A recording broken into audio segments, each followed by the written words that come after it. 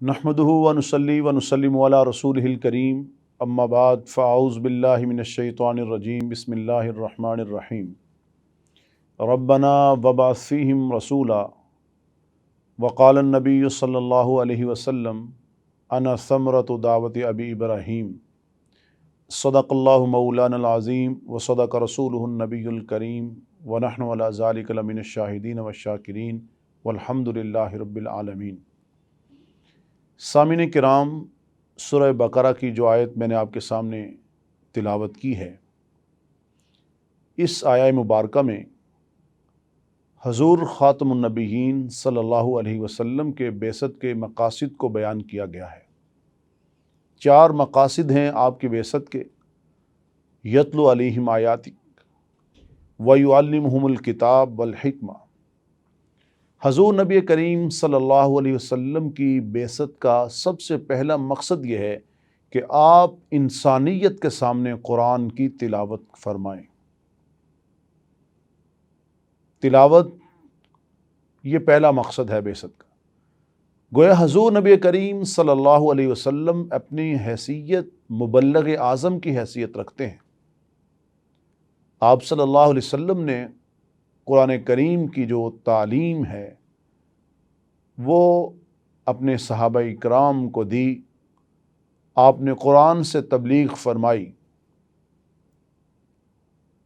انبیاء کرام کے قصص کو امت کے سامنے بیان کیا۔ کبھی بات قوم نوح کی ہوتی ہے، کبھی بات قوم سمود کی ہوتی ہے، کبھی بات قوم عاد کی ہوتی ہے۔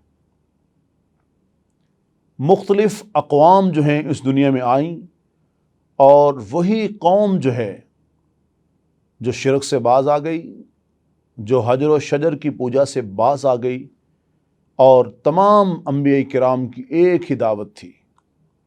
وہ دعوت کیا تھی؟ لوگوں، اللہ کی بندگی اور عبادت کرو، اس کے ساتھ کسی کو شریک نہ ٹھہراؤ۔ یہی وہ ایک تسلسل تھا کہ جو سیدنا آدم علیہ السلام سے شروع ہوا، سیدنا ابراہیم علیہ السلام، سیدنا موسیٰ علیہ السلام، سیدنا عیسیٰ علیہ السلام سے ہوتا ہوا حضور خاتم النبیین خاتم المعصومین صلی اللہ علیہ وسلم پہ اختتام پذیر ہوا۔ آپ کی پہلی حیثیت مبلغ اعظم کی حیثیت ہے۔ سب سے بڑے مبلغ حضور نبی کریم صلی اللہ علیہ وسلم ہے۔ دوسری آپ کی حیثیت یعلمہم الکتاب، آپ نے کتاب کی تعلیم دی، اور آپ خود ارشاد فرماتے ہیں انما بعثت معلما، مجھے استاذ بنا کر اس دنیا میں مبعوث فرمایا گیا۔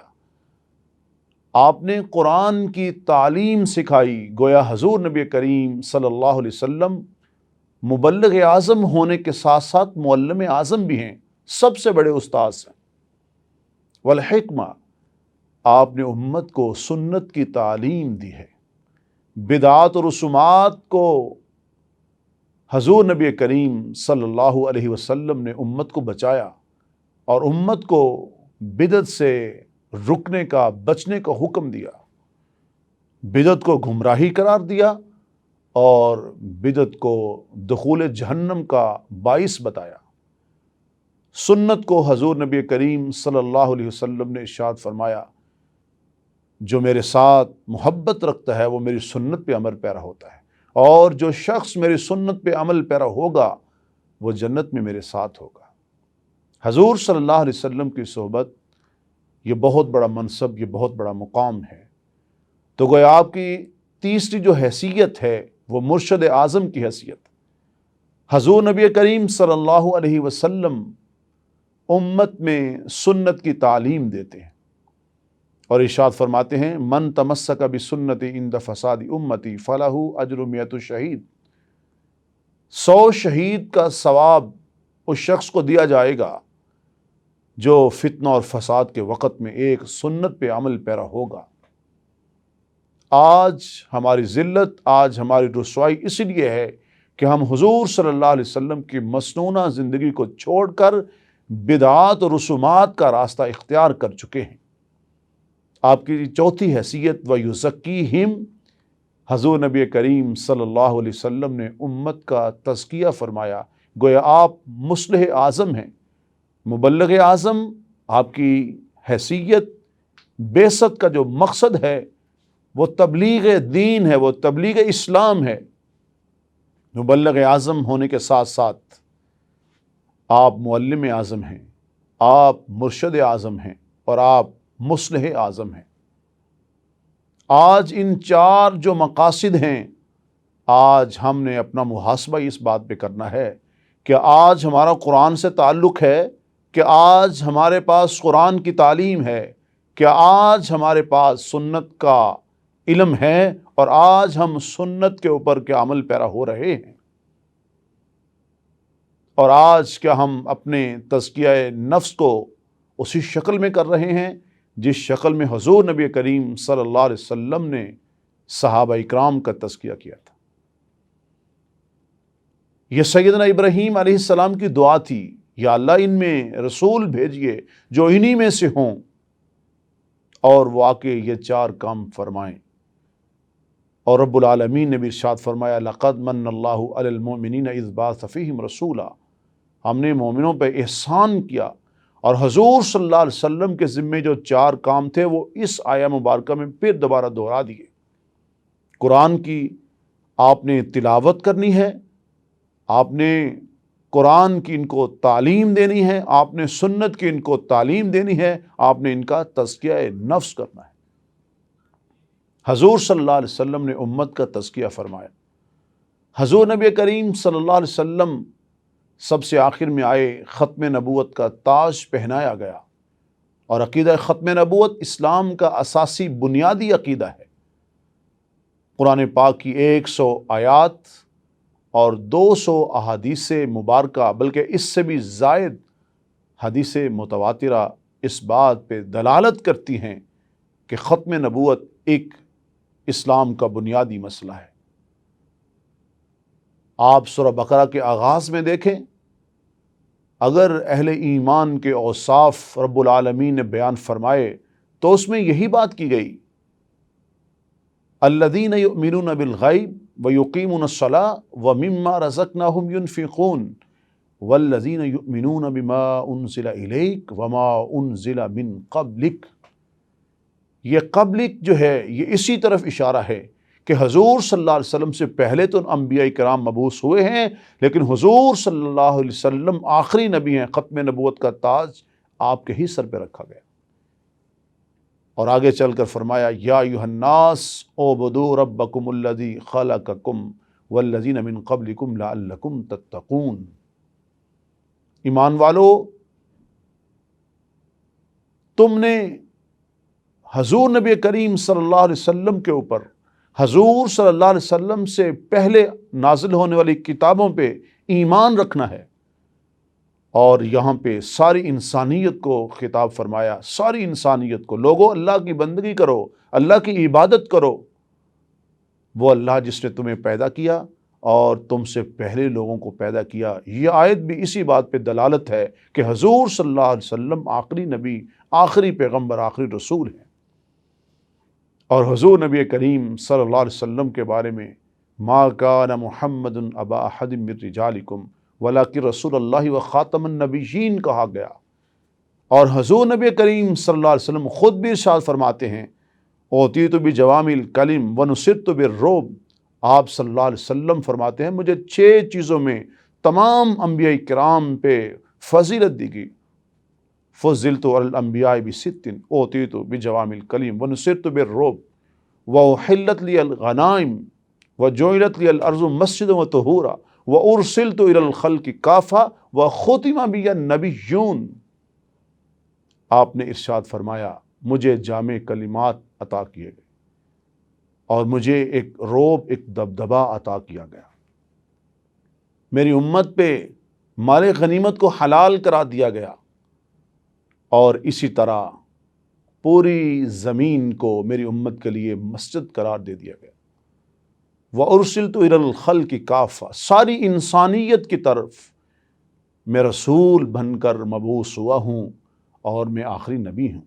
میری اور دیگر انبیاء کرام کی مثال اس محل کی ہے جس کو دیکھنے والا یہ کہتا ہے کتنا خوبصورت محل ہے، کاش یہ ایک اینٹ جو رہ گئی وہ بھی ہوتی، آپ نے فرمایا وہ آخری میں ہوں، میں آخری نبی ہوں، تم آخری امت ہو، یہ آخری کتاب ہے، اس کتاب کے بعد کوئی دوسری کتاب نہیں، میرے بعد کوئی دوسرا نبی نہیں، اس دین کے بعد کوئی دین نہیں۔ اور حضور صلی اللہ علیہ وسلم کے جو مبعوث ہونے کے جو مقاصد تھے، کہ آج ہمارے معاشرے میں ان مقاصد کو دیکھا جا رہا ہے۔ سامعین کرام، نجاشی کے دربار میں جب حضرات صحابہ اکرام کا قافلہ پہنچتا ہے تو نجاشی کے دربار میں جب شکایت ہوئی، اپنے باپ دادا کے دین کو چھوڑ چکے ہیں، تو جب نجاشی نے سوال کیا تو بہت پیاری بات حضرت جعفر طیار رضی اللہ تعالیٰ نے فرمائی، کہا کہ بادشاہ ہم تو جاہل لوگ تھے، شجر و حجر کو پوجتے تھے، بتوں کی عبادت کرتے تھے، ہم تو ناپاک جانوروں کا گوشت کھاتے تھے، ہم تو انسانیت کے ساتھ ظلم و تشدد کے ساتھ، عزیز و اقارب کے ساتھ برے انداز میں پیش آتے تھے۔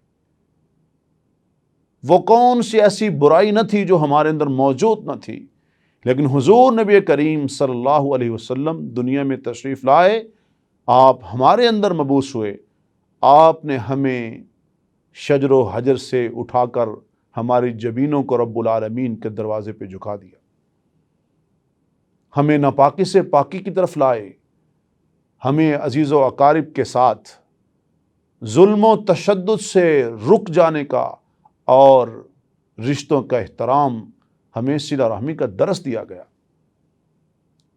ناظرین کرام، وہ کون سی ایسی برائی تھی جو اس معاشرے میں نہ ہوتی تھی، لیکن حضور نبی کریم صلی اللہ علیہ وسلم جب تشریف لائے تو اس وقت معاشرہ کیا تھا؟ شاعر نے بڑے خوبصورت انداز میں کہا، درفشانی نے تیری قطروں کو دریا کر دیا، دل کو روشن کر دیا، آنکھوں کو بینا کر دیا، خود نہ تھے جو راہ پر اوروں کے ہادی بن گئے، وہ کیا نظر تھی جس نے مردوں کو مسیحا کر دیا۔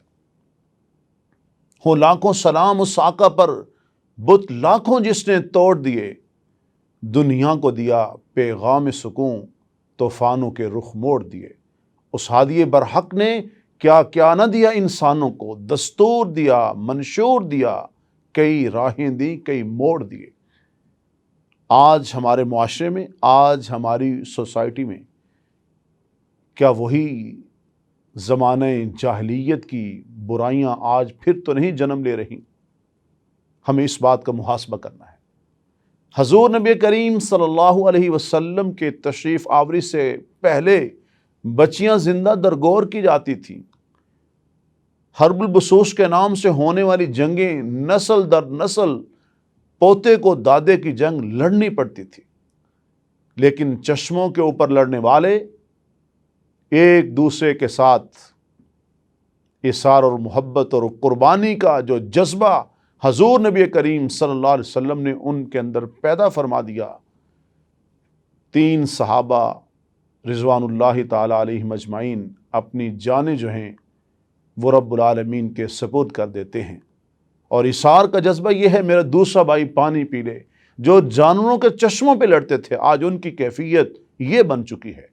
جو بچیوں کو زندہ درغور کرتے تھے، بچی کو زندہ چھوڑتے نہیں تھے۔ وَإِذَا بُشِّرَ أَحَدُهُم بِالْأُنثىٰ ظَلَّ وَجْهُهُ مُسْوَدًّا وَهُوَ كَظِيمٌ، ان کے چہرے سیاہ ہو جاتے تھے۔ آج حضور نبی کریم صلی اللہ علیہ وسلم کی بارگاہ میں جب اعلان ہوتا ہے، جس کی 3 صاحبزادیاں ہوں گی، اچھی تربیت کرے، اچھی جگہ پہ نکاح کرے، حضور نبی کریم صلی اللہ علیہ وسلم اس کو جنت کا مستحق قرار دے رہے ہیں۔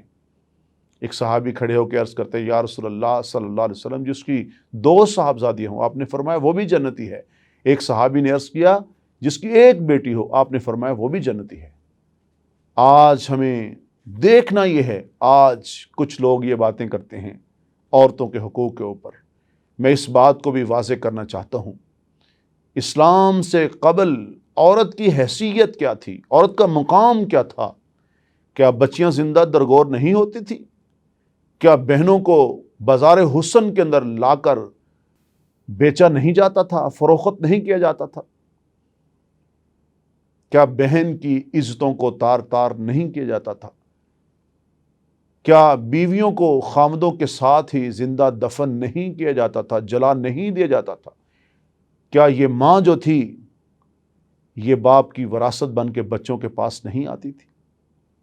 یہ تو اسلام ہی ہے جس نے عورت کو حقوق دیے۔ حضور نبی کریم صلی اللہ علیہ وسلم نے بیٹی کی عظمت بتلا دی۔ سورہ نساء میں عورتوں کو تمام وہ جو حقوق، جو عورتوں کے حقوق ہیں، وہ سارے کے سارے ادا کر دیے گئے۔ بیوی ہے، اور حضور نبی کریم صلی اللہ علیہ وسلم فرماتے ہیں خیرکم خیرکم لأہلی، تم میں سب سے بہتر وہ ہے جو اپنے گھر والوں کے ساتھ بہتر ہے۔ اور آپ نے فرمایا وَأَنَا خَيْرُكُمْ لِأَهْلِي، میں اپنے گھر والوں کے ساتھ سب سے بہتر ہوں۔ بیٹی کا مقام اسلام نے بتایا، بیوی کا مقام اسلام نے بتایا۔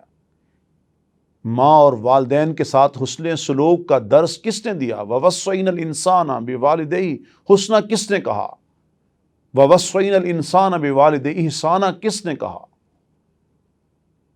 یہ تمام جو باتیں ہیں ہمیں اسی بات کا سبق، اسی بات کا درس دیتی ہیں کہ ہم حضور نبی کریم صلی اللہ علیہ وسلم کے جو دنیا میں آنے کے مقاصد تھے، ہم ان کی طرف اپنی توجہ کریں، ہم متوجہ ہو جائیں کہ آج ہمارے اندر قرآن کی تبلیغ ہے، کہ آج ہمارے اندر قرآن کی تعلیم ہے، کہ آج ہم شرک و بدعت کے راستے سے بچ کر سنت کے راستے پہ گامزن ہیں، کہ آج ہم اپنا تزکیہ نفس قرآن سے کر رہے ہیں یا تاریخی قصے، کہانیاں اور عجیب و غریب قسم کے جو ایسے واقعات پیش کر کے امت کو گمراہ کر رہے ہیں۔ آج ہم نے اپنا محاسبہ کرنا ہے۔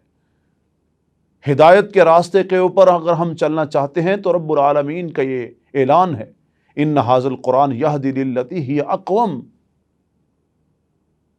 یہ قرآن ہے قوموں کی ہدایت کے لیے یہ نازل ہوا ہے۔ حضور نبی کریم صلی اللہ علیہ وسلم خود ارشاد فرماتے ہیں بہت سارے لوگ ہیں قرآن کی وجہ سے وہ عزت پائیں گے، اور بہت سے لوگ قرآن کو چھوڑ کر ذلت کی پستیوں میں گر جائیں گے۔ اگر آج ہم عروج چاہتے ہیں تو ہمیں ماضی کی طرف جانا ہوگا۔ وہ معزز تھے زمانے میں مسلمہ ہو کر، تم خوار ہوئے تارک قرآن ہو کر۔ ہمیں حضرات صحابہ اکرام کی زندگیوں کو پڑھنا ہوگا، اور انہی راستوں کے اوپر جن راستوں پہ حضور صلی اللہ علیہ وسلم نے اپنے صحابہ کو چلایا تھا، اور جو دین صحابہ کو دے کر گئے تھے وہی دین اصلی دین ہے، ہمیں اس طرف دیکھنا ہوگا۔ حضور نبی کریم صلی اللہ علیہ وسلم کا طریقہ، حضرات صحابہ اکرام کا طریقہ ہمارے لیے ہدایت کا طریقہ ہے، ہمارے لیے نجات کا طریقہ ہے۔ صحابہ اکرام کو امت کے لیے معیار قرار دیا گیا، انہی کے عقائد، انہی کے اعمال آج ہم نے دیکھنے ہیں۔ اور حضور صلی اللہ علیہ وسلم کی جو مبارک زندگی ہے، جو مسنونہ زندگی ہے، اسی کے اوپر ہمیں لوٹنا ہے۔ دنیا کی راحت بھی اسی میں ہے، آخرت کے اندر بھی فوز و فلاح اسی میں ہے کہ ہم حضور صلی اللہ علیہ وسلم کے جو بعثت کے مقاصد تھے ان چاروں مقاصد کو دیکھیں اور ان کو اپنانے کی کوشش کریں۔ اللہ تعالی ہمیں عمل کی توفیق نصیب فرمائے۔ وما علینا الا البلاغ۔